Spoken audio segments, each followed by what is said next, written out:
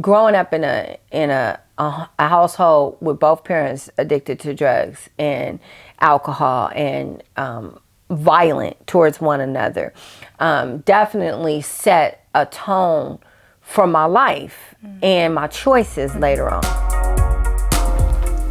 Hey y'all, welcome to another episode of Girlhood. Today I am so excited about our guest. This is the first time we're actually meeting in person, even though we've been on a bunch of Zoom meetings and phone calls, just kikiing for hours. And I absolutely love her. Every single time we talk, I leave so inspired and encouraged and built up. And she also likes to put me in check. Even if she doesn't plan on it, she gets me all the way together. And I'm so grateful. And I couldn't keep her to myself. So I had to bring her on to share with you guys. And every time we talk, I'm so in awe and amazed at the amount of wisdom she has. It's incredible. And just her boldness and her courage, but also her humility. And she's so beautiful. And so I just wanted to introduce you guys to Kim Kyle. Hi. Hi, my new big sister. Yeah, definitely. Big sister. I feel the same way about you. Oh. Every time I talk to you, just my heart, it just be like, oh, Jesus, I love her. Yes, this is the big sister I never had and I always needed. And I'm so grateful. Oh, me too. And I appreciate you driving all the way up here from San Diego. Yeah, thank you for having us. And bringing your twin daughter, your beautiful daughter over there. That's right. That's my twinsy. No, it's a pleasure. I'm grateful that you asked me. Yes, and you were down right away, which because I was a little nervous. I was like, what if she says no? But no, you're like, down right away. Opportunity, I get to run my mouth. We good. Yes, I love it.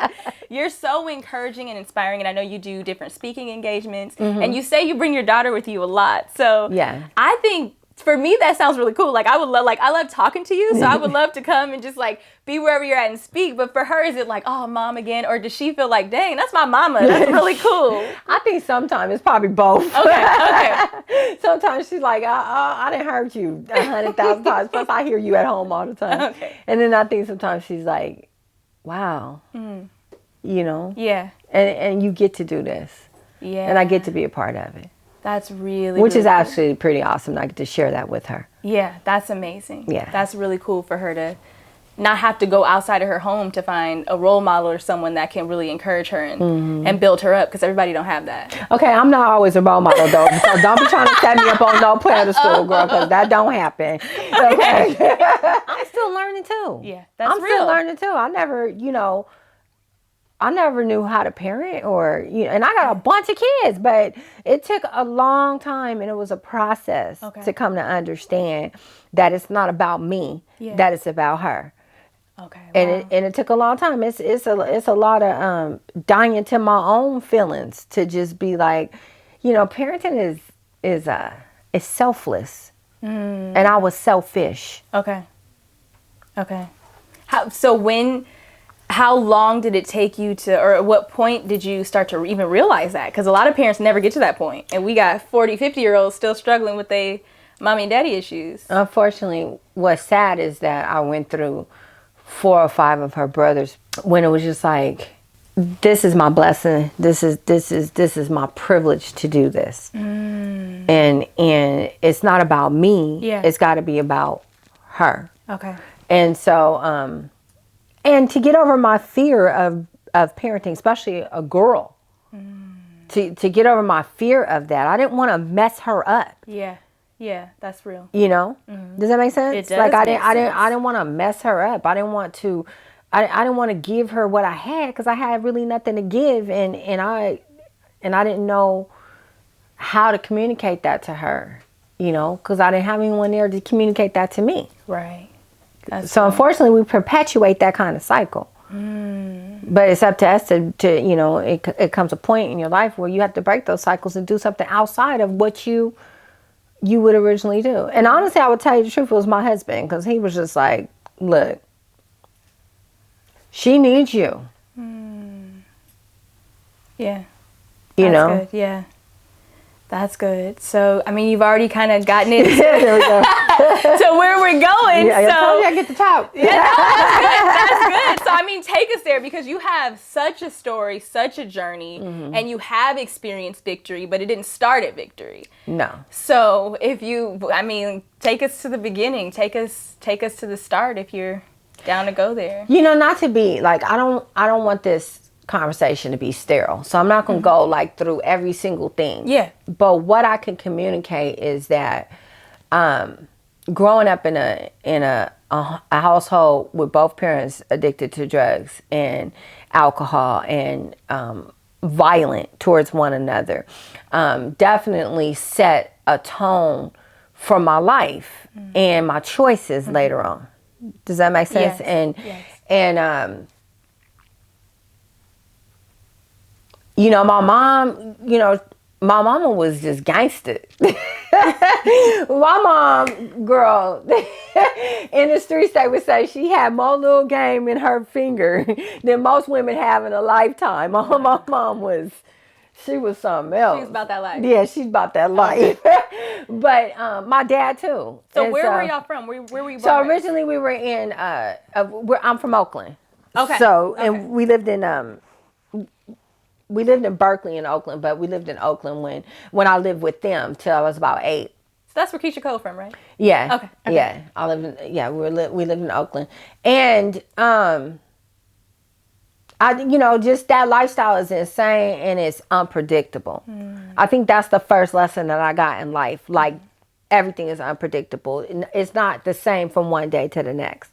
So it's a whole lot of instability happening. When your parents is on dope, you don't know what's going to happen. Right. You don't know if the police is coming today. You don't know, are you going to eat? You just don't know.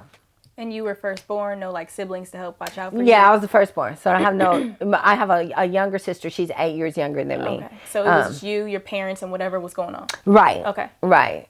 And, to be fair to them, I'm not bashing my parents. They did the best they knew how to do. Right. In the situation that they were in. Right. I will tell you that no matter what was jumping off, if somebody got beat up in the house or somebody OD'd, no matter what was jumping off, I knew they loved me. Wow. And one thing that my mother established with me and my daddy too, from the very beginning, they kept it real about everything. There was no lying, no sneaking, no none of that. One, because if the police show up the door, I need to know what's up so they don't get popped. Right? But also, too, because they loved me. I knew they loved me. I didn't care what they did. And as they were in and out of my life over the rest of my life, because it was about 8 that they broke up when she had my sister, I always knew they loved me, no matter where they were at. Yeah. So, and some kids don't get that. They don't get that because, they're in the drugs and their story is different than mine. They, may get abused by their parents or whatever, but that was not the case for me. They abused one another. They was always fighting. Right. Always fighting, but they never abused me. Wow. That's rare. Yeah, it is. Because they had a foundation of what was right, but, drugs will take you out your body. Right. It'll take you out of what your morals and your ethics and your values are. Absolutely. Take you away from yourself. Absolutely. Yeah. So what happened once you were 8 and your parents split up? Did you stay with one or the other? Did you go somewhere else? So when I was 8, my mom left. My dad went with some girl he was with. And then I ended up going to my grandmother's, my mother's mom. Okay. And my Nana was a force to be reckoned with, is all I can say. Okay. So she was strict. She was coming down with the rules. Nana wasn't having nothing. She was, child is to be seen and not heard. You do old as school. I say, not as I do. Okay. She was old school. Gotcha. But she definitely instilled some truth, some foundation in me, what was right and what was wrong. Okay. And then my mom came back and got me. We moved in with my auntie. My mom's issue was she was super pretty, super, super pretty. Had a whole lot of game. And attracted men like honeybees, honey. You hear me? Like, I'm serious. I believe it. And but the bad ones, because they were in that lifestyle too. Okay. These two dudes that she was double dating, you know, because like she always kept it real with me, and she'd be like, "Did you like this one? Do you like that one?" And I'd be like, "I don't like him because he's crazy, and I'm trying to tell you he's crazy." And that's what happened, and the dude flipped out on her, slit her throat. And while I was there with as a kid. Yeah, I was 8. I was holding my little sister. She was dating one dude. The other dude pulled up, jumped out the car at the liquor store, and slit her throat. Oh my gosh. And so that was pretty traumatic. It must have been, because I sure just brought that out. Yeah. I was like, wait, we didn't discuss this one. I know. Wow. And so anyway, so that was just to give you a feel of what that life was like. Yeah. And then I went 2 years with her. So from probably about 8 to 10 was probably one of the most traumatic, most hardest times, I think, in my childhood. Because she had been on heroin till I was 8. Uh-huh. But when we moved to Portland, we moved from Oakland to Portland when she was trying to get away from the dude that slit her throat, because she was going to have to go to court and all this other kind of stuff. So she ran. So we ended up in Portland where my other family was at, and she started smoking crack. And it changed her. It changed her from the mom that I knew to a whole different person. And I think between the ages of 8 and 10, I had to grow up real fast, like real fast. And my little sister was like 1, like still a baby. So I would stay home from school, wouldn't go to school because I didn't want to leave her in the house. And we'd be left by ourselves for 2-3 weeks at a time. And it was pretty traumatic. It was hard. But you know what I mean? It's not like, unlike some of the people you're going to talk to, or maybe that is even watching this, they've been there and done that. So it's not a sob story. You know what I mean? Yeah, this is just my story. Right. This is what. But this is the story for all kinds of children across the world. Right? This is the story that if a person can't identify with that background, they can definitely identify with pain. They can definitely identify with abandonment. Yeah. They can definitely identify with what's wrong with me. What's wrong with me? Yeah. I remember when my mom left my dad, I was relieved. I wasn't sad. I wasn't mad. I was happy. Like, it's about time. And later on, as an adult, she was like, if I'd have known you felt like that, I'd have left him before. I was trying to stay with him so that you would have a daddy. Okay, but y'all was crazy. All the fighting and right, trauma. you know what I mean? So, but I remember when we went to Oregon, I remember thinking to myself, she went by herself. It was just me, her, and my baby sister. And for the first time, I was like, it's going to be me and her. And we can do this.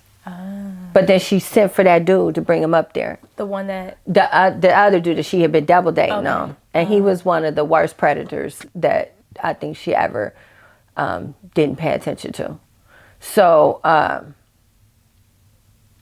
that time frame between 8 and 10, I grew up really quick.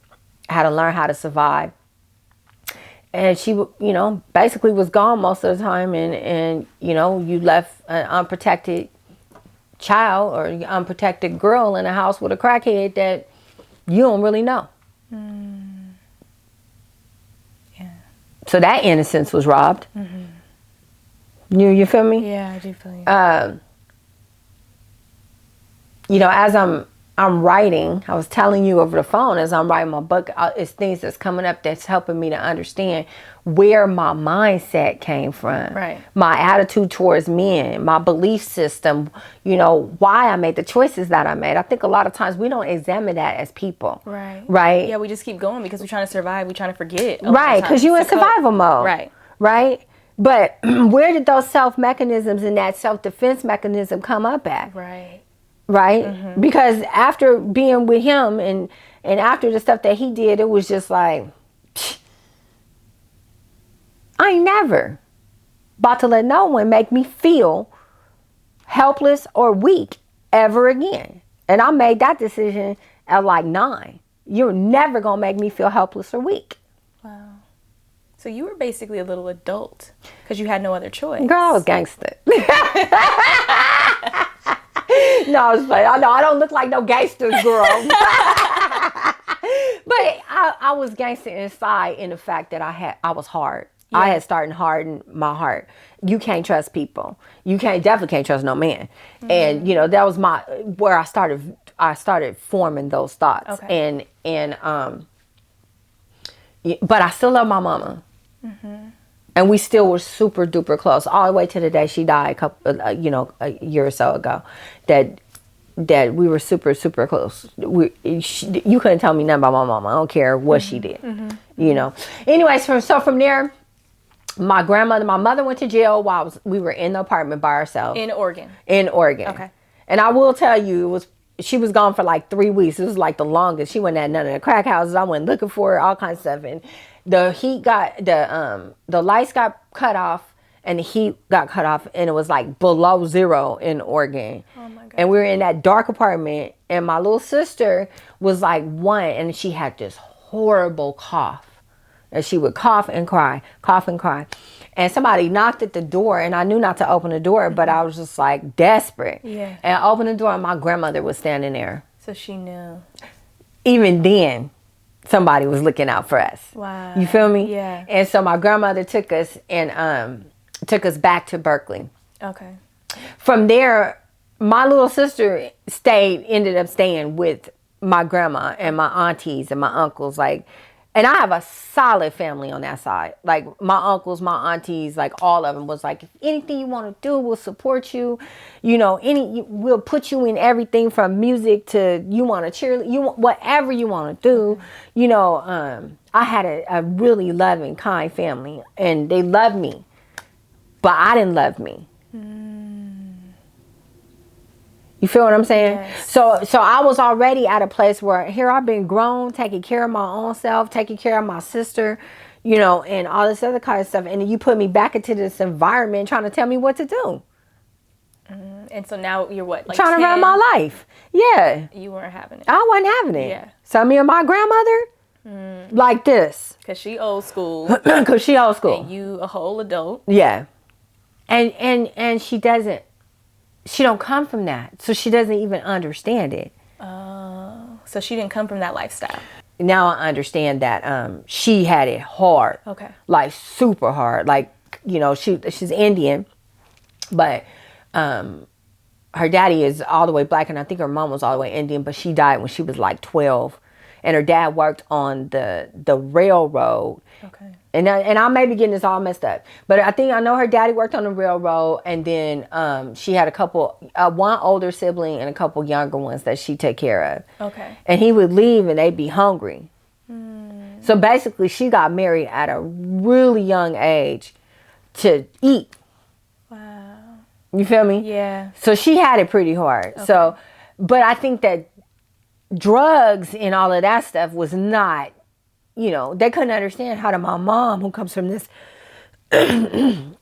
awesome family, the baby of the family, you know, they're stable, they're all of that, yes. how she ended up either. Okay, I see what you're saying. So her way of dealing with stuff was old schoal, and it clashed with me. Right. Not to mention, girl, I was super hyper and always talking and sit your butt down somewhere, right? You got issues, mama too. Don't make me beat that out of you, you know. So, and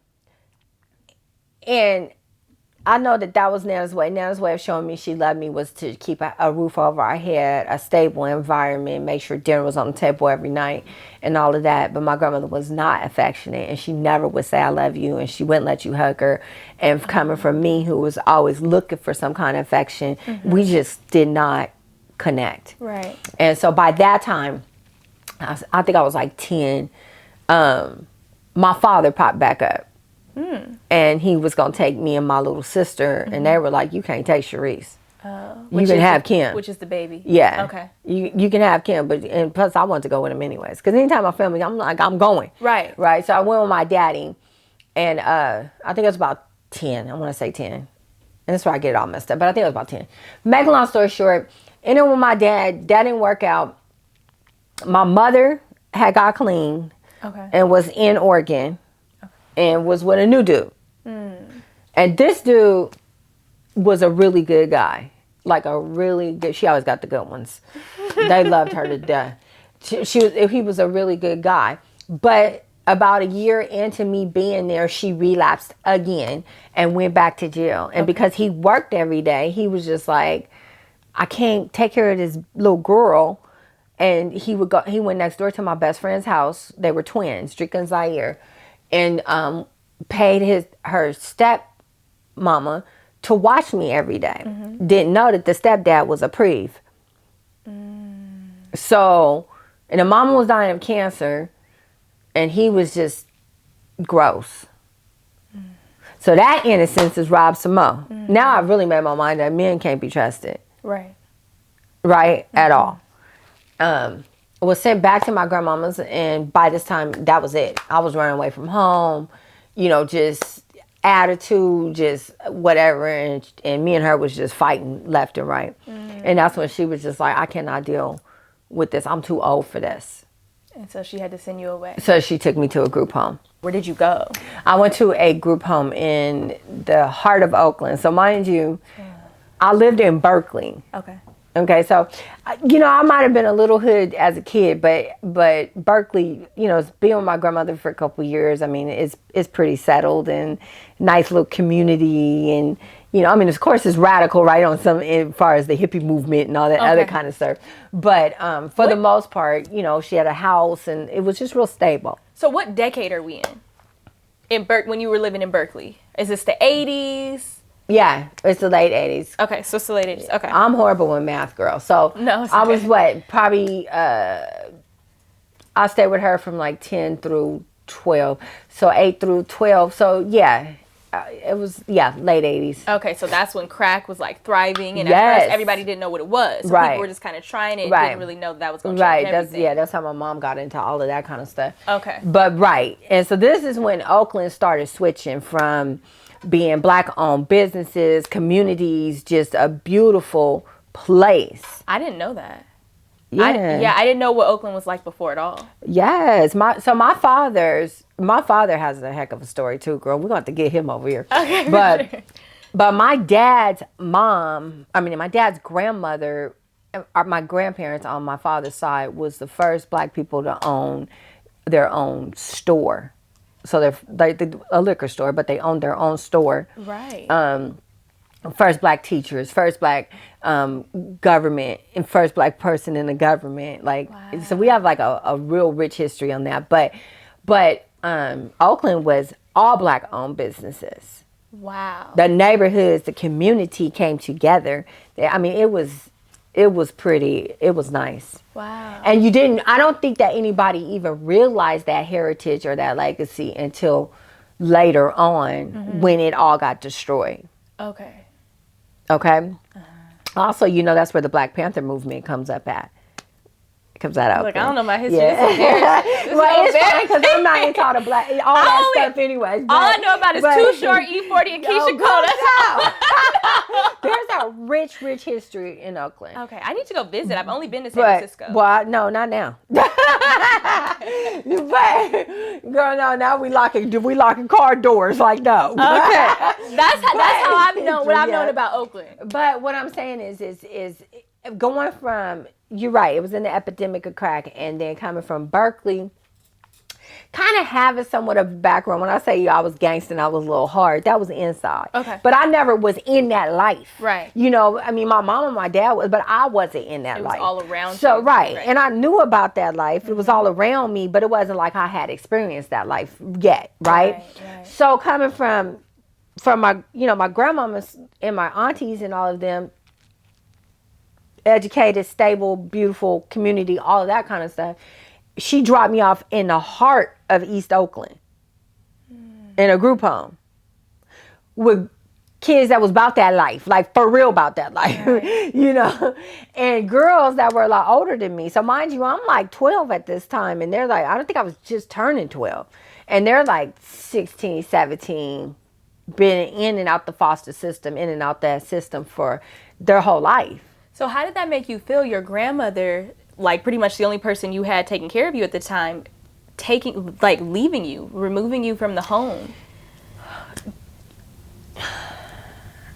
I think the way that she did it made me feel some kind of way, because she basically told me pack my stuff up and let's go. And I didn't tell me where we were going. Yeah. I think the way that she did that was... So that was shocking. So I don't think I was so much shocked. I remember the last time that I ran away from home, I ran away with my best friend. My grandma told me, you run away one more time, I'm going to just let you be able to run away. I'm going to put you somewhere you can run away from. Yeah. You know, and she wasn't one to like threaten you lightly. If she told you she was going to do something, she did it. So I kind of expected eventually they were going to have to do something. Okay. And, oh, excuse me, my little dress is all up. Don't be showing my business all on TV, girl. And so then, anyway, so she dropped me off in the middle of East Oakland in this group home called Kairos. Okay. And, you know, and, excuse my language, but they, just to get a feel of what that spot was about, they used to call them the Kairos hoes, right? Okay. The kids in there. Yeah, the girls, okay. Because, you know, all the dudes in East Oakland knew this spot. Wow. And so, I was there for a minute. The first night they jumped me. The second night I jugged one. So I realized, okay, I'll see what we about. Right. But because I jugged the girl and almost brought her whole eye out, they kind of didn't mess with me, you know. And at that time, I guess that garnered some kind of respect or whatever. And so I started running with these girls. Right. They was 16, 17. And you 12. I'm 12. Which don't matter, because I'm, you know, we in the streets, you just in the streets. But so this group home didn't have, they had a curfew, but they didn't have a curfew. Okay. Because they could care less what you was doing. You know, they was getting their money. They didn't care. Okay. Right? So, but it was at this point, mind you, I hadn't had sex. I wasn't boy crazy, you know, because of all the stuff I went through anyways. But let me tell you something. I never had a victim mentality. Okay. I never had, oh, poor is me, this is what was done to me. I never had a, stuff would happen and I could just shake it off. And now I understand that was my self-defense. That was my way to survive. Right. Right. But I wasn't tragic. I don't know if I'm explaining that right. There's some people, trauma happens to them and it changes them forever. Right. Right. And that's really real. That is real. You know, some women get raped and they cannot ever come back from that. I understand that. That just was not me. Right. Right. Right. And so because I had all of these things happen to me as a kid, I didn't realize how it affected me. But I wasn't with dudes. I wasn't trying to chase no men. I was cool with myself. Okay. You know? I had never drank before and never, you know, smoked nothing. And I was with these girls running around, and this is a pivotal point in my life. It did change my trajectory, I think, because we went to the park and we were hanging out. I'm with these girls. They got their dudes. It wasn't even their dudes, like dudes that they were talking to or whatever. Some little young thugs, and you know, we just hanging out at the park and talking, and they're drinking. Okay. And I never drank before. You know, but I'm with these older girls and I'm with these dudes, and they're just like, you know, drink this. And, you know, and it's so, and I, you know, you're going to talk to a whole lot of people. So it's so easy, right? It's so easy to fit in than to stand out. Right. Right. It's so much easier. It's so much easier to just go with the flow. And honestly, like my mindset at that time was, I'll do anything one time anyway. Right. So it don't matter. Why not? Right. So I get told, you know, I'm drinking. This is my first drink. They're drinking. Okay. That's it. No, I was toe up. It's your first time. Toe you probably up, tiny. like, super toe up, right? And so they start heading back across the park to go back to the group home. And I realized I had like this little backpack purse or something, and I left the purse. And I'm like, wait, hold up. I need to go get my, and they're like, we'll meet you over at the group home. So I turn back around. Mind you, all these dudes is out there. It's like 5 or 6 of them. And so I lost my virginity to a gang rape.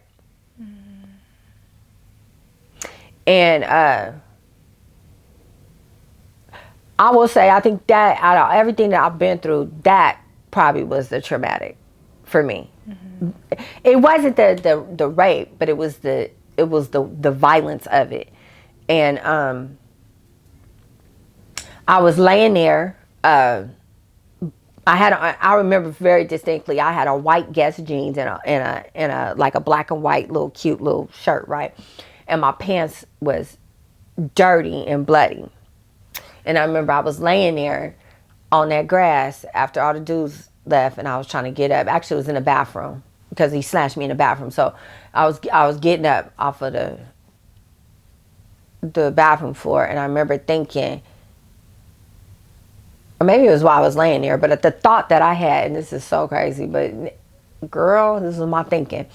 The thought that I had was, if you're going to take it from me, you're going to pay me for it. I'm never letting somebody else take something from me. Never. And if it must be valuable that you feel you need to take it, so you're going to pay me for it. Wow. At 12 years old. Yep. Wow. Yep. And you meant that. I meant that. Yeah. And so I got back to the group home, and one of the girls that was at the group home, she was like, this was like a couple months later, and then she was like running around with other people, and then she was like, want to come with me.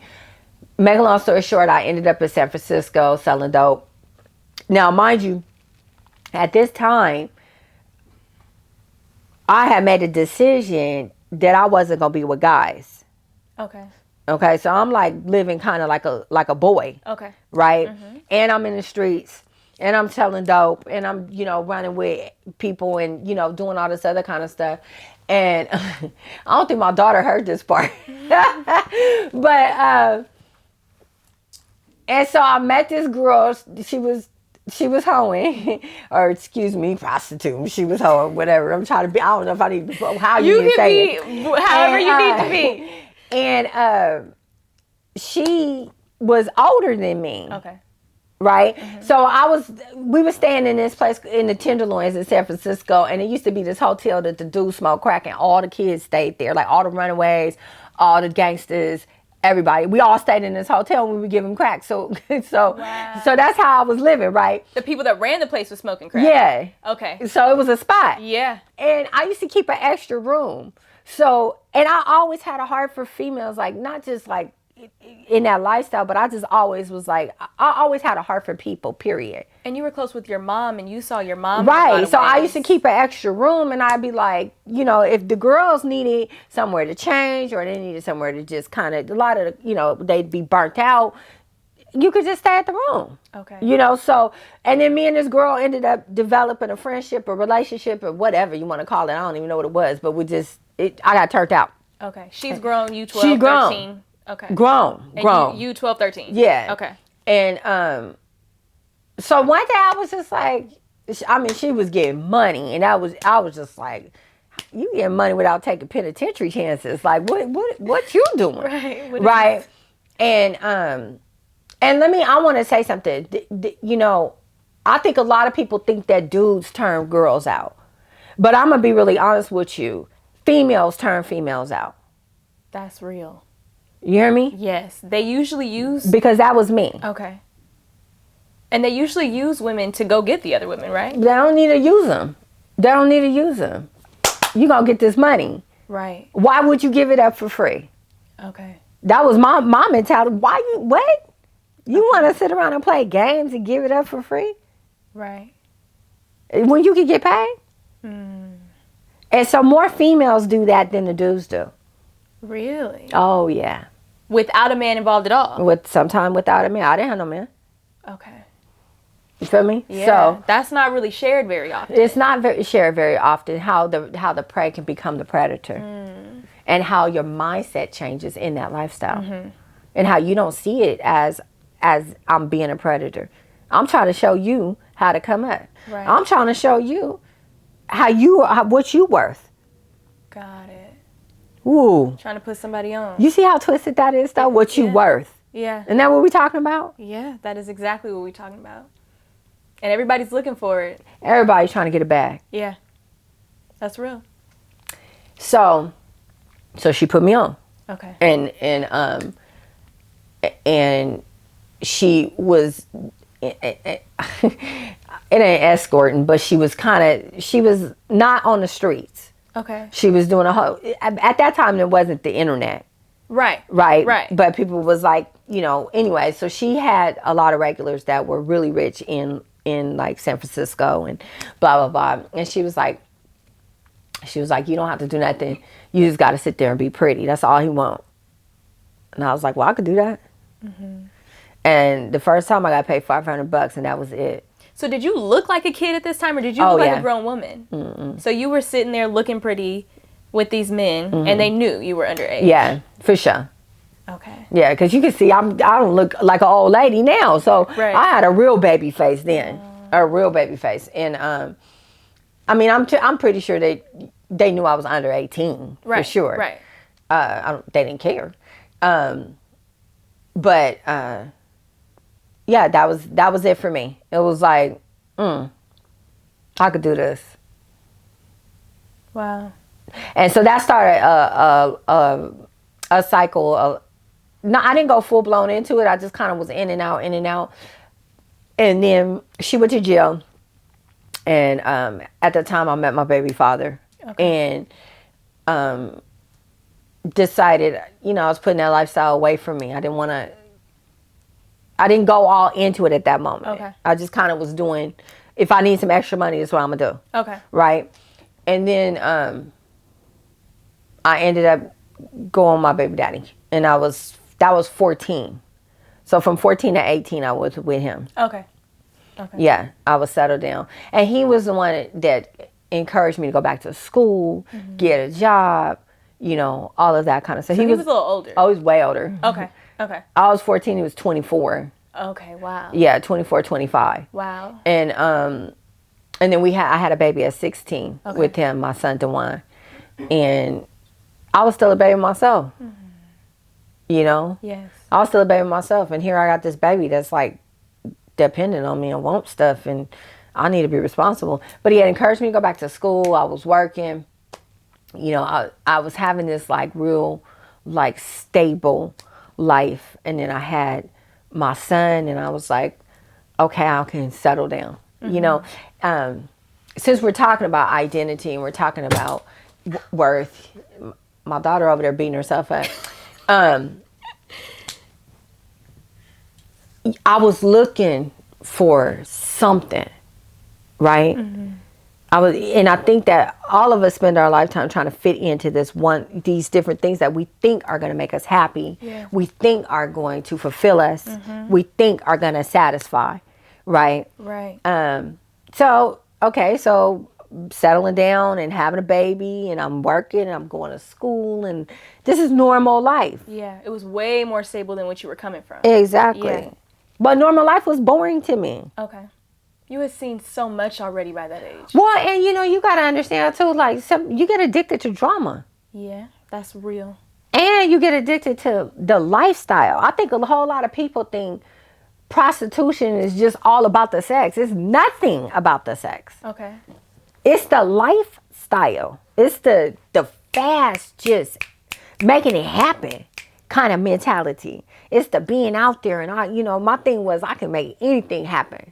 If I want it, I'm gonna get it. Just that hustle. Yeah, it's like however it is, the prostitution, if it's dope, if it's whatever, it's the hustle. Okay. Right. And so then when you try to settle down, you like normal life is boring.